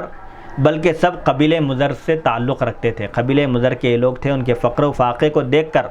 رسول اللہ صلی اللہ علیہ وسلم کا چہرہ انور بدل گیا, متغیر ہو گیا. آپ گھر کے اندر تشریف لے گئے, پھر باہر آئے اور حضرت بلال رضی اللہ عنہ کو اذان دینے کا حکم دیا. حضرت بلال رضی اللہ عنہ نے اذان دی, پھر اقامت کہی, آپ نے نماز پڑھائی, پھر خطبہ ارشاد فرمایا, خطبہ دیا اور ارشاد فرمایا, اے لوگو اپنے رب سے ڈرو جس نے تم سب کو ایک نفس سے, ایک جان سے یعنی حضرت آدم سے پیدا کیا. سورہ نساء آیت نمبر 1. آپ نے یہ آیت پوری پڑھی, پھر آپ نے یہ آیت پڑھی. انسان کو غور و فکر کرنا چاہیے کہ وہ کل قیامت کے لیے کیا بھیج رہا ہے. سورہ حشر آیت نمبر 18, یعنی قیامت کی کیا تیاری کر رہا ہے, اس بارے میں بھی اس کو سوچ بچار سے کام لینا چاہیے. لوگ درہم, دینار, اپنے کپڑے, گندم اور جو ایک سا جو 4 کلو گرام کے اندازے کے موافق ہوں صدقہ کریں. آپ نے لوگوں کو حکم دیا خیر خیرات کرنے کا, صدقہ کرنے کا, خواہ کھجور کا ایک ٹکڑا ہی کیوں نہ ہو. انصار میں سے ایک شخص تھیلی لے کر آئے جس کے اٹھانے سے ان کا ہاتھ تھک رہا تھا, یعنی وہ تھیلی اٹھا نہیں پا رہے تھے. اس کے بعد لوگوں کا تانتا بن گیا, یعنی آپ کے وعظ و نصیحت فرمانے کے بعد لوگ پورے جوش و خروش کے ساتھ دوڑتے ہوئے فوراً اپنے گھروں کو گئے, یہاں اور صدقہ اور خیرات کے لیے وہ اپنا مال و دولت اپنی استطاعت کے مطابق لاتے رہے. یہاں تک کہ میں نے کھانے اور کپڑے کے 2 ڈھیر دیکھے. راوی بیان کرتے ہیں ایک طرف کپڑے جمع ہو گئے اور ایک طرف کھانا جمع ہو گیا, یہاں تک کہ رسول اللہ صلی اللہ علیہ وسلم کا چہرہ انور خوشی سے چمک رہا تھا. ایسے لگتا تھا جیسے آپ کا چہرہ سونے کا ہو, یعنی آپ کے چہرے کی چمک دمک اور آپ کا حسن و جمال دیکھ کر ایسا اندازہ ہوتا تھا کہ سونے میں ڈھلا ہوا آپ کا چہرہ انور ہے. رسول اللہ صلی اللہ علیہ وسلم نے فرمایا, جو شخص اسلام میں کسی نیک کام کی ابتدا کرے, یعنی کسی نیک کام کو پہلے انجام دے, اسے اپنے عمل کا بھی اجر و ثواب ملے گا, اور بعد میں اس کو دیکھ کر بعد میں عمل کرنے والوں کا بھی اجر و ثواب ملے گا, اور ان عمل کرنے والوں کے اجر و ثواب میں کوئی کمی نہیں کی جائے گی. ان کا اجر و ثواب ان کو ملے گا, اور ان کے اجر و ثواب میں کمی کیے بغیر اس شخص کو بھی مزید ایکسٹرا ثواب ملے گا نیکی کی بنیاد ڈالنے کی وجہ سے. اور جس نے اسلام میں کسی برے عمل کی ابتدا کی, کوئی برا کام کیا, پہل کیا, اسے اپنے عمل کا بھی گناہ ہوگا, اور اس کی اتباع میں, اس کی اقتداء میں, اس کو دیکھ کر بعد میں برے عمل کرنے والوں کے عمل کا بھی اس کو گناہ ہوگا, اور ان عمل کرنے والوں کے گناہ میں کوئی کمی نہیں ہوگی. جیسے دنیا کا سب سے پہلا قاتل قابل ہے, اب جتنے لوگ قیامت تک ناحق قتل کریں گے ان کو تو ان کا گناہ ہوگا ہی, اور ان کے قتل کا گناہ قابل کو بھی ہوگا, کیونکہ قابل نے سب سے پہلے قتل کی بنیاد ڈالی. اسی طرح کوئی نیک کام کا آغاز کرے, کوئی نیک کام کرے اور اس کو دیکھ کر لوگ بھی نیک کام کرنے لگیں, تو اس شخص کو تو اپنے نیک عمل کا اجر و ثواب ملے گا ہی, لیکن اس کی اتباع میں, اس کو دیکھ کر جتنے لوگ قیامت تک اس نیک کام پر عمل کریں گے ان سب کا بھی اجر و ثواب اس شخص کو ملے گا. اس حدیث سے استدلال کرنے کی وجہ یہ ہے کہ نبی کریم, دلیل پیش کرنے کی وجہ یہ ہے کہ نبی کریم صلی اللہ علیہ وسلم نے لوگوں کے سامنے نفل صدقے کی آپ نے اپیل کی, درخواست کی, یعنی آپ نے نفل صدقہ کرنے کا حکم دیا, اور مسلمانوں نے سب کے سامنے صدقہ و خیرات میں مال دیا, اور رسول اللہ صلی اللہ علیہ وسلم نے اس پر خوشی کا اظہار فرمایا. اور اس حدیث میں یہ دلیل ہے کہ نفلی صدقہ دکھا کر دینا جائز بلکہ مستحب ہے, یعنی نفلی صدقہ بھی دکھا کر دیا جا سکتا ہے. نیت اگر یہ ہو کہ اس کو دیکھ کر دوسرے لوگ بھی دامے درہم سخنے اس کام میں حصہ لیں گے، آگے بڑھیں گے، تو یہ اس کی نیت کی وجہ سے اس کو اجر و ثواب بھی ملے گا۔ حضرت ابن عباس رضی اللہ عنہما بیان کرتے ہیں یہ مستحب ہے لیکن افضل نہیں ہے، افضل نہیں ہے، صدقہ تو چھپا کر دینا یہ افضل ہے، یہ افضل ہے، زیادہ بہتر ہے، زیادہ اچھا ہے، زیادہ لیکن اچھا ہے، لوگوں کو ترغیب دلانے کے لیے، توجہ دلانے کے لیے نفل صدقہ بھی دکھا کر دیا جا سکتا ہے ہے، تاکہ لوگ بھی اس میں حصہ لیں، حصہ لیں اس نیک کام میں۔ یعنی اگر اس کا مقصد یہ ہے حالات اور تقاضوں کے لحاظ سے کہ ایک شخص کے صدقہ دینے سے، جیسے عام طور پر بھی دیکھنے میں آتا ہے کہ اگر 4-5 لوگ جمع ہوں، ان میں سے کوئی ایک اگر فقیر کو پیسے نکال کر دے تو اس کو دیکھ کر دوسرے لوگ بھی دیتے ہیں، ترغیباً اگر دے تو اس کی بھی اجازت ہے۔ بہتر یہ ہے کہ نفل صدقہ چھپا کر دیا جائے، لیکن اگر کوئی دکھا کر دے تو اس کی بھی اجازت ہے، یہ بلکہ بہتر ہے۔ حضرت ابن عباس رضی اللہ عنہما بیان کرتے ہیں کہ حضرت علی رضی اللہ عنہ کے پاس 4 درہم تھے، انہوں نے 1 درہم رات کو صدقہ کیا اور 1 درہم دن میں صدقہ کیا، 1 درہم چھپا کر صدقہ کیا اور 1 درہم دکھا کر صدقہ کیا۔ تو اس وقت یہ آیت نازل ہوئی الذین ينفقون اموالهم باللیل والنہار سرا وعلانیۃ، سورہ بقرہ آیت نمبر 274۔ جو لوگ دن میں رات میں خفیہ اور علانیہ صدقہ کرتے ہیں، ان کی اللہ تعالیٰ نے فضیلت بیان کی کہ ان کے لیے ان کے رب کے پاس اجر و ثواب محفوظ ہے، اور قیامت کے دن ان پر نہ کوئی خوف ہوگا اور نہ وہ غمگین ہوں گے۔ یہ آیت حضرت سیدنا علی مرتضیٰ کرم اللہ وجہہ کے بارے میں نازل ہوئی۔ آپ نے 4 درہم، 1 دن میں، 1 رات میں، 1 چھپا کر اور دکھا کر صدقہ کیا۔ تو کیا ہے یہ آیت کا ترجمہ دوبارہ فرمائیے؟ وہ لوگ جو اپنا مال خرچ کرتے ہیں دن میں اور رات میں، چھپا کر اور دکھا کر، فلہم اجرہم عند ربہم، تو ان کے لیے ان کے رب کے پاس ان کا اجر ہے، یعنی ان کا اجر و ثواب محفوظ ہے، اور وہ قیامت کے دن نہ خوف زدہ ہوں گے اور نہ ہی غمگین ہوں گے۔ علامہ ابو حیان اندلسی لکھتے ہیں صدقہ فرضیہ یعنی فرض صدقے کو ظاہر کر کے دینا افضل ہے۔ حضرت ابن عباس رضی اللہ عنہما کا یہی پسندیدہ قول ہے۔ امام طبری نے اس پر اجماع یعنی تقریباً تمام فقہا اہل علم کا اجماع نقل کیا ہے، اور قاضی ابو یعلا کا بھی یہی مختار یعنی پسندیدہ مسلک ہے۔ نیز حضرت ابن عباس رضی اللہ عنہما نے فرمایا کہ نفلی صدقے کو خفیہ طریقے سے یعنی چھپا کر دینا افضل ہے، اور حضرت ابن عباس رضی اللہ عنہما سے یہ بھی مروی ہے کہ نفل صدقے کو خفیہ طریقے سے دینا علانیہ طریقے سے دینے سے 70 درجے افضل ہے، یعنی نفل صدقے کو چھپا کر دینا علانیہ صدقے سے بھی 70 درجے زیادہ فضیلت رکھتا ہے، اور فرض صدقے کو علانیہ دینا، دکھا کر دینا، یہ خفیہ طریقے سے دینے سے 25 گنا کہیں زیادہ ہے۔ زجاج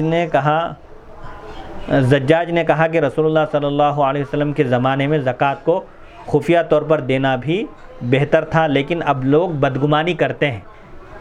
اس لیے زکوٰۃ کو ظاہر کر کے دینا افضل ہے۔ لوگوں کے دلوں میں بدگمانی پیدا نہ ہو، مالدار ہوتے ہوئے کسی کو 1 روپیہ نہیں دیتا، اس تہمت سے بچنے کے لیے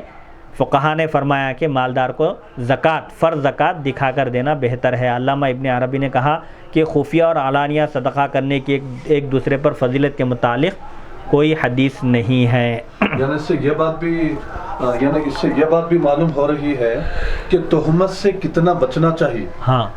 اتقوا مواضع التہم کہا گیا کہ تہمت کی جگہوں سے، مواقع سے بچو، لوگوں کو کوئی ایسا موقع ہی نہ دو کہ لوگ بدگمانی کا شکار ہوں۔ امام بیہقی نے شعب الایمان میں سند ضعیف کے ساتھ حضرت ابن عمر رضی اللہ عنہما سے روایت کی ہے کہ رسول اللہ صلی اللہ علیہ وسلم نے ارشاد فرمایا خفیہ عمل علانیہ سے افضل ہے، اور جو شخص یہ چاہتا ہو کہ اس کی اقتداء کی جائے، اس کی پیروی کی جائے، اس کو فالو کیا جائے، تو اس کے لیے علانیہ عمل افضل ہے۔ کسی کا مقصد یہ ہے کہ میں خیرات کے کاموں میں حصہ لوں گا، آگے بڑھوں گا، تو لوگ مجھ کو دیکھ کر لوگ بھی آگے بڑھیں گے، اگر یہ نیت ہے تو اس کے لیے افضل یہ ہے کہ وہ خفیہ عمل کو بھی جس کو چھپا کر کرنا چاہیے اس کو ظاہر کر کے کرے تاکہ لوگ اس کی اقتداء کریں۔ حضرت معاویہ بن قرہ رضی اللہ عنہ نے کہا ہر وہ چیز جو اللہ تعالیٰ نے تم پر فرض کی ہے اس کو دکھا کر کرنا افضل ہے، علانیہ۔ حضرت ابن عباس رضی اللہ عنہما بیان کرتے ہیں کہ میں عید کے دن نبی کریم صلی اللہ علیہ وسلم کے ساتھ حاضر تھا، اور اگر میں کم عمر نہ ہوتا تو میں آپ کے ساتھ نہ ہوتا۔ آپ اس جھنڈے کے پاس گئے جو کثیر بن سلط کے گھر پر لگا ہوا تھا، پھر آپ نے خطبہ دیا، پھر آپ خواتین کے پاس تشریف لے گئے عید کے موقع پر، جب مرد اور خواتین سب عید کی نماز کے لیے جمع ہوئے تھے، اور آپ کے ساتھ حضرت بلال رضی اللہ عنہ بھی تھے۔ آپ نے عورتوں کو وعظ و نصیحت کی، خواتین کو نصیحت کی اور ان کو صدقہ دینے کا حکم دیا۔ بس میں نے دیکھا کہ وہ اپنے ہاتھوں سے حضرت بلال رضی اللہ عنہ کی چادر میں صدقہ ڈال رہی تھیں، یعنی حضور پاک علیہ الصلوۃ والسلام نے فرمایا کہ یا معاشر النساء تصدقنا، آپ نے فرمایا کہ اے عورتوں تم صدقہ کرو، کیونکہ میں نے دوزخ میں عورتوں کی کثرت دیکھی ہے، یعنی عورتوں کی میجارٹی ہے دوزخ میں، اسی لیے دوزخ کی آگ سے بچنا چاہتی ہو تو خیر خیرات کرو۔ تو عورتوں نے فوراً آپ کی اس نصیحت پر عمل کرتے ہوئے ان کے کانوں میں جو بالیاں تھیں، ناک میں جو پہنی ہوئی تھی، ہاتھوں میں جو پہنی ہوئی تھی سونے کی چیزیں، اسی وقت وہ اتار کر حکم تعمیل نبوی میں انہوں نے تعمیل حکم نبوی میں انہوں نے فوراً حضرت بلال رضی اللہ عنہ کے حوالے کیا۔ صحیح بخاری حدیث نمبر 98 میں ہے کہ عورتیں اس کپڑے میں اپنے کانوں کی بالیاں اور انگوٹھیاں ڈال رہی تھیں۔ اس حدیث میں اس بات کی صراحت ہے، وضاحت ہے کہ خواتین نے عید کے اجتماع میں، عید کے مجمع میں سب کے سامنے صدقہ دیا، اور یہ علانیہ صدقہ کرنے کی واضح دلیل ہے کہ علانیہ صدقہ کرنا افضل ہے۔ امام بخاری نے اس حدیث کو نمبر 7324، 5883، 5881، 5880، اس طرح مختلف نمبروں کے ساتھ بھی آپ نے اس حدیث شریف کو روایت کیا ہے، اور کسی جگہ اس حدیث سے علانیہ صدقہ کرنے پر آپ نے دلیل نہیں پیش کی، حالانکہ یہ استنباط بالکل ظاہر ہے۔ اور امام بخاری بہت خفی مسئلے کا بھی حدیث سے استنباط کر لیتے ہیں، نہ جانے اس طرف حدیث سے دلیل پیش کرتے ہیں اور اس سے مسئلہ بیان کرتے ہیں، نہ جانے اس طرف ان کی توجہ کیوں نہیں گئی۔ یعنی یہ جو حدیثیں پیش کی گئی کہ عورتیں علانیہ صدقہ کی عید کے موقع پر، امام بخاری نے ان روایتوں کو لیا ہے، بیان کیا ہے جگہ جگہ، لیکن آپ نے وہاں یہ واضح نہیں کیا۔ اور نہ بخاری کے مشہور شارحین میں سے علامہ خطابی، علامہ ابن بطال، علامہ ابن جوزی، علامہ عسقلانی اور علامہ عینی نے اس طرف توجہ نہیں دی، یعنی ان شارحین حدیث نے بھی اس بات کو واضح نہیں کیا۔ علامہ غلام رسول سعیدی صاحب فرماتے ہیں، اللہ تعالیٰ کا اس گناہگار کم علم اور ناکارہ پر خصوصی کرم ہے کہ اس نے میرے ذہن کو علانیہ صدقے پر دلیل پیش کرنے کے لیے اس حدیث کی طرف متوجہ کیا۔ سبحان اللہ، یعنی وہ کون سی دلیل ہے؟ کہ حضور پاک دکھا کر صدقہ کرنا افضل ہے، علانیہ جو فرض صدقہ ہے اس کو علانیہ دینا چاہیے۔ نہ فرض کے علاوہ نفل صدقہ بھی ہے یہاں پر مراد؟ نفل صدقہ نہیں ہے، صرف علانیہ صدقہ کرنے پر دلیل پیش کی گئی کہ علانیہ صدقہ کرنا، فرض اور نفل کی قید نہیں ہے، فرض اور نفل کی قید نہیں ہے۔ باب نمبر 13، باب صدقۃ السر، خفیہ طور پر صدقہ کرنے کا بیان۔ امام بخاری نے اس باب کے عنوان کو ثابت کرنے کے لیے ایک حدیث معلق یعنی بغیر سند کے اور قرآن مجید کی ایک آیت کا ذکر کیا ہے۔ وقال ابو ہریرہ رضی اللہ تعالی عنہ عن النبی صلی اللہ علیہ وسلم ورجل تصدق بصدقۃ فاخفاها حتى لا تعلم شماله ما صنعت يمينه، اور حضرت ابو ہریرہ رضی اللہ عنہ نے بیان کیا کہ نبی کریم صلی اللہ علیہ وسلم نے فرمایا، اور وہ شخص جس نے خفیہ طریقے سے صدقہ کیا یہاں تک کہ اس کے بائیں ہاتھ کو بھی پتہ نہیں چلا کہ اس کے سیدھے ہاتھ نے کیا کیا ہے، یعنی صدقے کو مخفی رکھا، سیدھے ہاتھ سے جو صدقہ کیا اس کی بائیں ہاتھ کو بھی خبر نہ ہو، یعنی بہت چھپا کر صدقہ دے۔ اس تعلیق کے موافق متصل حدیث صحیح بخاری حدیث نمبر 1423 میں عنقریب آ رہی ہے۔ وقال اللہ تعالی ان تبدوا الصدقات فنعما هي وان تخفوها وتؤتوها الفقراء فهو خیر لكم، اور اللہ تعالیٰ کا ارشاد گرامی ہے اگر تم ان صدقات کو علانیہ دو تو یہ کتنی اچھی بات ہے، اور اگر تم ان کو پوشیدہ رکھو اور فقراء کو دو تو یہ تمہارے حق میں بہتر ہے، زیادہ بہتر ہے تمہارے لیے۔ خفیہ طور پر صدقہ دینے کی فضیلت میں دیگر احادیث پیش کر رہے ہیں۔ حضرت انس رضی اللہ عنہ بیان کرتے ہیں کہ نبی کریم صلی اللہ علیہ وسلم نے ارشاد فرمایا، جب اللہ تعالیٰ نے زمین کو پیدا فرمایا تو وہ حرکت کرنے لگی، ہلنے لگی، پھر اللہ تعالیٰ نے پہاڑوں کو پیدا فرمایا اور ان کو زمین کے اوپر نصب کر دیا، یعنی زمین کو برقرار رکھنے کے لیے، اس کا بیلنس قائم رکھنے کے لیے اللہ تعالیٰ نے پہاڑوں کو پیدا کیا تو زمین ٹھہر گئی، تھم گئی۔ فرشتوں کو پہاڑوں کی تخلیق پر، پہاڑوں کی خلقت پر تعجب ہوا پہاڑوں کو دیکھ کر، اور پوچھا یا اللہ کیا تیری مخلوق میں کوئی چیز پہاڑوں سے بھی زیادہ طاقتور ہے؟ تو فرمایا ہاں، لوہا پہاڑوں سے زیادہ طاقتور ہے۔ فرشتوں نے پوچھا کیا کوئی چیز لوہے سے بھی زیادہ طاقتور ہے؟ تو فرمایا ہاں، پانی لوہے سے زیادہ طاقتور ہے۔ فرشتوں نے پوچھا کیا کوئی چیز پانی سے بھی زیادہ طاقتور ہے؟ فرمایا ہاں، پانی سے زیادہ طاقتور ہوا ہے۔ فرشتوں نے پوچھا کیا کوئی چیز ہوا سے بھی زیادہ طاقتور ہے؟ تو فرمایا ہاں، وہ انسان ہے، ابن آدم ہے، جو اپنے دائیں ہاتھ سے صدقہ کرتا ہے اور اس کے بائیں ہاتھ سے بھی اس کو چھپا کر رکھتا ہے۔ یہ عمل ہوا سے بھی زیادہ سخت ہے، طاقتور ہے۔ یعنی اللہ کے پاس محفوظ ہے اس کا اجر و ثواب۔ حضرت ابو سعید خدری رضی اللہ عنہ بیان کرتے ہیں کہ رسول اللہ صلی اللہ علیہ وسلم نے فرمایا پوشیدہ طریقے سے صدقہ دینا رب کے غضب کو بجھا دیتا ہے اور صلہ رحمی یعنی رشتہ داری نبھانا عمر میں اضافہ کرتا ہے اور نیکی کا فعل بری موت سے بچاتا ہے۔ پوشیدہ یعنی چھپا کر صدقہ دینے سے اللہ تعالیٰ کا غصہ ٹھنڈا ہوتا ہے، اللہ کے غضب سے بندہ بچ سکتا ہے صدقہ کرنے سے چھپا کر، اور نیکی کا فعل، نیکی کرنا بری موت سے بچاتا ہے، اچھے کام کرنے سے بری موت نہیں آتی۔ سبحان اللہ سبحان اللہ۔ 15 منٹ ہے نماز پڑھنے، ماں تو نہیں ملتی نماز۔ اچھا، باب نمبر 14، باب اذا تصدق علی غنی وهو لا يعلم، جب لا علمی میں کسی مالدار پر صدقہ کیا تو کیا حکم ہے؟ حدیث نمبر 1421، حدثنا ابو الیمانی قال اخبرنا شعیب قال حدثنا ابو الزناد عن الاعرج عن ابی ہریرہ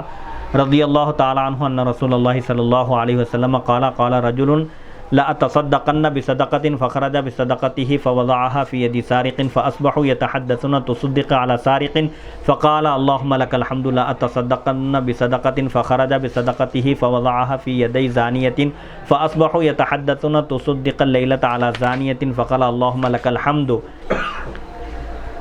على زانية لأتصدقن بصدقة فخرج بصدقته فوضعها في يد غني فأصبحوا يتحدثون تصدق على غني فقال اللهم لك الحمد على سارق وعلى زانية وعلى غني فأتي فقيل له أما صدقتك على سارق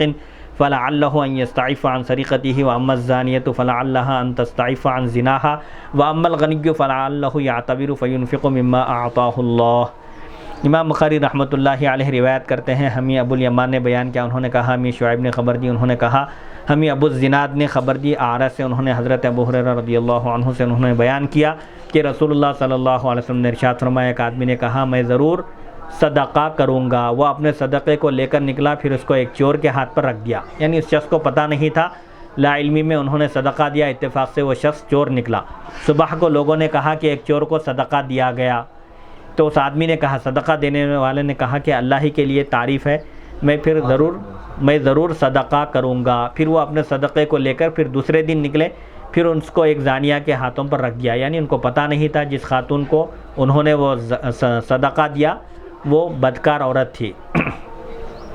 پھر صبح کو لوگوں نے کہا، یعنی رات کے اندھیرے میں دیا تھا، لوگوں نے کہا کہ زانیہ کو صدقہ دیا گیا بدکار عورت کو، تو انہوں نے کہا، صدقہ دینے والے نے کہا اے اللہ زانیہ پر صدقہ کی وجہ سے تیرے لیے حمد ہے، یعنی میں جس کو بھی دیا ہوں یہ سب تیرے بندے ہیں، تمام تعریف تیرے لیے ہی ہے، میں ضرور صدقہ کروں گا۔ پھر انہوں نے نیت کی ارادہ کیا کہ میں آج رات پھر ضرور صدقہ کروں گا، پھر وہ رات کے اندھیرے میں رات کی تاریکی میں اپنے صدقے کو لے کر نکلے اور اس کو ایک مالدار کے ہاتھ پر رکھ دیا، یعنی ان کو پتہ نہیں تھا، لا علمی میں انہوں نے جس شخص کو صدقہ دیا وہ شخص مالدار نکلا۔ پھر صبح کو لوگ کہنے لگے، بات کرنے لگے کہ غنی کے رات میں جس کو صدقہ دیا گیا وہ شخص مالدار تھا۔ اس نے کہا، اب صدقہ دینے والے نے کہا چور پر اور زانیہ پر اور غنی پر صدقے کی وجہ سے تیرے لیے ہی حمد اور تعریف ہے۔ پھر اس نے غیب سے آواز سنی، جو شخص جس نیک نیتی سے جس نے صدقہ دیا تھا اس نے ہاتف غیبی سے ایک آواز سنی، تم نے جو چور پر صدقہ کیا تھا ہو سکتا ہے کہ وہ چوری سے باز آ جائے، وہ صدقہ لے کر چوری سے بچ جائے اور اس صدقے کے مال سے اپنا پیٹ بھر لے، اور تم نے جو زانیہ پر بدکار فاحشہ عورت پر جو تم نے صدقہ کیا تھا ممکن ہے ہو سکتا ہے کہ وہ زنا سے باز آ جائے، یعنی زنا کرنے کے بجائے تمہارے دیے ہوئے مال سے اپنا گزارا کرے اور زنا کرنے سے رک جائے، اور تم نے مالدار پر جو صدقہ کیا تھا ممکن ہے ہو سکتا ہے کہ وہ عبرت حاصل کرے اور وہ اس مال سے صدقہ کرے جو اللہ نے اس کو عطا کیا ہے، یعنی وہ متنبہ ہو اور اس کو احساس ہو کہ مالدار ہوتے ہوئے اس کو صدقہ کرنا چاہیے تھا، لیکن اس نے خود صدقہ لے لیا ہے، تو ممکن ہے کہ اس کو عبرت حاصل ہو اور وہ سبق حاصل کر کے اللہ کے عطا کیے ہوئے مال میں سے خیر خیرات کرے۔ اس حدیث کے راویوں کا پہلے تعارف گزر چکا ہے۔ اس حدیث کی عنوان کے ساتھ مطابقت اس جملے میں ہے، پھر وہ اپنے صدقے کو لے کر نکلا تو اس کو ایک غنی کے ہاتھ پر رکھ دیا، یعنی ایک مالدار کے ہاتھ پر رکھ دیا۔ اگر یہ اعتراض کیا جائے کہ اس حدیث میں 3 قسم کے لوگوں کو صدقہ دینے کا ذکر ہے، پھر مالدار کی کیا خصوصیت ہے، خاص طور پر عنوان میں جو مالدار کا نام لیا گیا ہے، حالانکہ سارق اور زانیہ کو بھی صدقہ دیا گیا لیکن عنوان میں صرف غنی مالدار کا ذکر کیا گیا، خاص طور پر مالدار کا ذکر کرنے کی وجہ عنوان میں کیوں ہے؟ اس کا جواب یہ ہے کہ غنی پر صدقہ کرنا کسی حال میں بھی جائز نہیں ہے. اگر کوئی اپنی زکوٰۃ مالدار کو دے تو اس کی زکوٰۃ ادا نہیں ہوتی. حتیٰ کہ اس نے غنی کو یعنی مالدار کو فقیر گمان کر کے، فقیر سمجھ کر اس کو زکوٰۃ دے دی، پھر اس کو معلوم ہوا کہ وہ شخص غنی تھا، مالدار تھا، تو بعض فقہا کے نزدیک وہ اپنی زکوٰۃ دوبارہ دے گا. اور جو فقیر چور ہو یا زانیہ ہو تو اس کو زکوٰۃ دینا بالاتفاق جائز ہے. اگر فقیر ہو چور تو اس کو زکوٰۃ دی جا سکتی ہے. اسی طرح زانیہ بھی تنگ دست فقیر ہو تو اس کو بھی زکوٰۃ دی جا سکتی ہے. لیکن مالدار کو بہر صورت کسی بھی حالت میں زکوٰۃ نہیں دی جا سکتی. اگر زکوٰۃ دینے کے بعد معلوم ہو کہ وہ مالدار ہے تو پھر اس کو دوبارہ زکوٰۃ دینا ہوگا. حدیث میں مذکور یعنی حدیث شریف میں بیان کیے گئے بعض جملوں کی وضاحت اور لا علمی میں نہ جانتے ہوئے غیر مستحق کو زکوٰۃ ادا کرنے کے متعلق فقہا کا نظریہ، اگر کوئی جانتے بوجھتے دے تو ظاہر بات ہے تو اس کی زکوٰۃ تو ادا ہی نہیں ہوتی. لیکن اگر کسی کو معلوم نہ ہو، زکوٰۃ دینے کے بعد پتہ چلے کہ جو شخص زکوٰۃ لیا تھا وہ مالدار ہے، زکوٰۃ کا مستحق نہیں ہے، تو اس سلسلے میں فقہا کی رائے کیا ہے؟ اس نے چور کے ہاتھ پر زکوٰۃ رکھ دی، یہ اس پر محمول ہے کہ اس کو معلوم نہیں تھا کہ یہ چور ہے. جو صدقہ کرنے کی جو قسم کھائے تھے انہوں نے رات کے اندھیرے میں ایک شخص کو صدقہ دیا،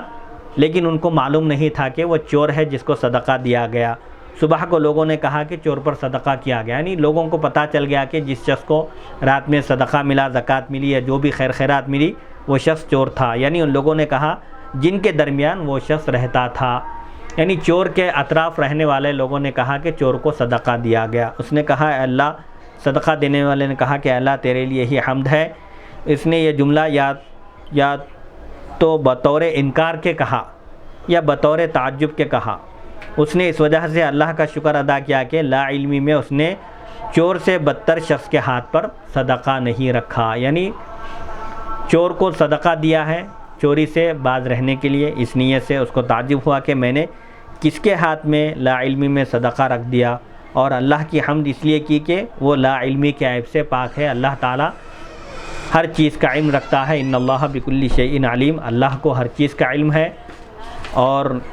یہ شخص جو صدقہ کیا وہ یہ کہتا ہے کہ میں نے لا علمی میں ایک چور کو صدقہ دے دیا اور اللہ تعالیٰ کی ذات لا علمی کے عیب سے پاک ہے. اے اللہ، پھر وہ صدقہ دینے والے نے جب دوسری شب صدقہ کیا تو وہ زانیہ کے ہاتھ میں پہنچا، یعنی جو خاتون صدقہ لی وہ زانیہ تھی. زانیہ پر صدقہ کرنے کی وجہ سے تیری حمد ہے. اس کو تعجب ہوا کہ میں نے لا علمی میں زانیہ کے ہاتھ پر صدقہ رکھ دیا، اور اس نے اللہ کی حمد اس لیے کی کہ یہ میرا ارادہ، میرا قصد نہیں تھا. جانتے بوجھتے میں نے ایسا نہیں کیا کہ میں زانیہ کو صدقہ دے دوں. میری نیت، میرا ارادہ زانیہ کو صدقہ دینے کا نہیں تھا، یہ اللہ کا ارادہ تھا. اور اللہ کا ہر کام عمدہ اور قابل تعریف ہوتا ہے. وہ کفار اور فاسق اور فاجر کا بھی رب ہے، ان کو بھی روزی دیتا ہے. گناہگاروں کو بھی اللہ تعالیٰ روزی دیتا ہے. ان کی معصیت، ان کی گناہوں کی وجہ سے ان کی روزی نہیں روکتا. اس شخص نے، صدقہ کرنے والے نے غیب سے آواز سنی، ہاتف غیبی سے ہو سکتا ہے اس نے خواب میں یہ آواز سنی ہو، یا بیداری کی حالت میں ہاتف یعنی غیب سے ندا دینے والے کی آواز سنی ہو، یا اس کو اس زمانے کے نبی نے خبر دی ہو، یا کسی عالم نے فتویٰ دیا ہو. یہ اس شخص کو کیسے پتہ چلا؟ یہ امکانات ہو سکتے ہیں. امام اعظم ابو حنیفہ فرماتے ہیں کہ اگر کسی شخص نے کسی کو فقیر سمجھ کر اس کو زکوٰۃ دی ہو، بعد میں معلوم ہو جائے کہ وہ شخص غنی تھا، مالدار تھا، تو اس کی زکوٰۃ ادا ہو گئی اور اس پر اعادہ واجب نہیں ہے. حسن بصری اور ابراہیم نخعی کا بھی یہی موقف ہے. لیکن امام ابو یوسف اور امام شافعی کا موقف، ان کا نظریہ یہ ہے کہ اس کی زکوٰۃ ادا نہیں ہوئی. کسی کو فقیر سمجھ کر زکوٰۃ دے، بعد میں معلوم ہو کہ وہ مالدار تھا، تو اس کی زکوٰۃ ادا نہیں ہوئی اور اس پر دوبارہ زکوٰۃ دینا لازم ہے. اور حدیث سے امام اعظم کے موقف کی تائید ہوتی ہے. باب نمبر 15، باب اذا تصدق علی ابنہ وہو لا یشعر. جب کسی شخص نے لا علمی میں اپنے بیٹے کو ہی زکوٰۃ دے دی تو کیا حکم ہے؟ حدیث نمبر 1422. انشاءاللہ اس باب کو اگلی نشست میں شروع کیا جائے گا. اللہ تعالیٰ سے دعا ہے کہ وہ ہم کو حدیث نمبر 1422. اللہ تعالیٰ سے دعا ہے کہ وہ ہم کو سننے اور سنانے سے زیادہ احکام شریعت پر عمل کرنے کی توفیق عطا فرمائے. وصلی اللہ تعالیٰ علی خیر خلقہ سیدنا محمد و آلہ و صحبہ اجمعین. الہ العالمین حضور پاک علیہ الصلوۃ والسلام کے صدقہ توفیل مولا تمام عالم اسلام کے مسلمانوں کی جان و مال اور عزت اور آبرو کی حفاظت فرما. اور خاص طور پر اس ریکارڈنگ کے محتمم ڈائریکٹر مولانا سید عبدالواسع حسینی بخاری چشتی صاحب کو صحت و عافیت سے سرفراز فرما اور ان کے جائز مقاصد میں انہیں کامیابی عطا فرما. وہ فاطمہ امت الخدیر صدیقی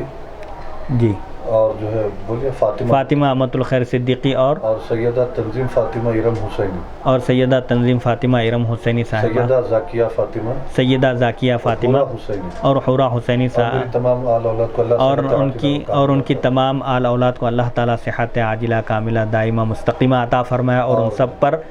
اپنے فضل کا سایہ دراز رکھے اور ان کو اپنی رحمتوں سے مالا مال کرے، اور دنیاوی اور جائز مقاصد میں انہیں کامیابی عطا فرما اور ان کے حاجات کی تکمیل فرما۔ اور جامعہ انواریہ کے جتنے معاونین ہیں